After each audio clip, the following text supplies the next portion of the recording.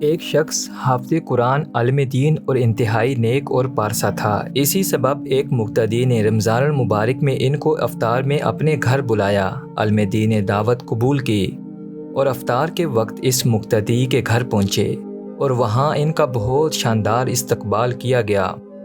افطار کے بعد عالم دین نے میزبان کے حق میں دعا کی اور واپس چلے گئے۔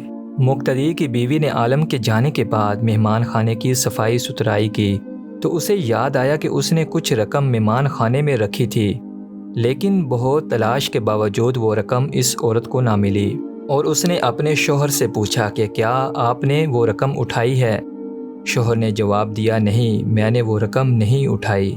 اور پھر اس نے یہ بات شوہر کو بتا دی کہ مہمان کے علاوہ کوئی دوسرا فرد ہمارے گھر نہیں آیا اور ہمارا بچہ دوسرے کمرے میں تھا، اور جھولے میں رہنے والا اتنا چھوٹا سا بچہ چوری نہیں کر سکتا۔ بالآخر دونوں اس نتیجے پر پہنچے کہ رقم عالم صاحب نے چوری کی ہے، اور یہ سوچتے ہوئے میزبان کے غم و غصہ کی انتہا نہ رہی کہ ایسے کیسے ہو سکتا ہے کہ ہم نے اتنی عزت و احترام سے اپنے گھر بلایا اور انہوں نے یہ غلط کام کر دیا۔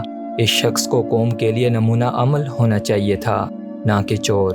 غم و غصہ کے باوجود اس شخص نے حیا کے مارے اس بات کو چھپا لیا، لیکن عالم دین سے دور دور رہنے لگا تاکہ سلام دعا نہ کرنی پڑے۔ اس طرح 1 سال گزر گیا اور پھر رمضان المبارک آ گیا، اور لوگ پھر اسی خاص محبت اور جوش و خروش کے ساتھ عالم دین کو اپنے گھر میں افطار کے لیے بلانے لگے۔ اس شخص نے اپنی زوجہ سے کہا کہ ہمیں کیا کرنا چاہیے، مولانا صاحب کو گھر بلائیں یا نہیں؟ زوجہ نے کہا بلانا چاہیے، کیونکہ ممکن ہے مجبوری کے عالم میں انہوں نے وہ رقم اٹھائی ہو، ہم انہیں معاف کر دیتے ہیں تاکہ اللہ کریم بھی ہمارے گناہ معاف کر دے۔ اور پھر اس شخص نے مولانا صاحب کو اسی عزت و احترام کے ساتھ اپنے گھر افطار پر بلایا، اور جب افطار سے فارغ ہو گئے تو میزبان نے مہمان سے کہا، جناب آپ متوجہ ہوں گے کہ سال بھر سے آپ کے ساتھ میرا رویہ بدل گیا ہے۔ عالم نے جواب دیا، ہاں، لیکن زیادہ مصروفیت کی وجہ سے میں آپ سے اس کی وجہ معلوم نہ کر سکا۔ میزبان نے کہا، قبلہ میرا ایک سوال ہے اور مجھے امید ہے آپ اس کا واضح جواب دیں گے۔ پچھلے سال رمضان المبارک میں میری زوجہ نے مہمان خانے میں کچھ رقم رکھی تھی اور پھر وہ رقم اٹھانا بھول گئی، اور آپ کے جانے کے بعد ڈھونڈنے کے باوجود وہ رقم ہمیں نہیں ملی۔ کیا رقم آپ نے اٹھائی تھی؟ عالم دین نے کہا، ہاں، میں نے ہی رقم اٹھائی تھی۔ میزبان حیران و پریشان ہو گیا، اور عالم دین نے اپنی بات جاری رکھتے ہوئے کہا، جب میں مہمان خانے سے جانے لگا تو میں نے دیکھا کہ کاؤنٹر پر پیسے رکھے ہوئے ہیں۔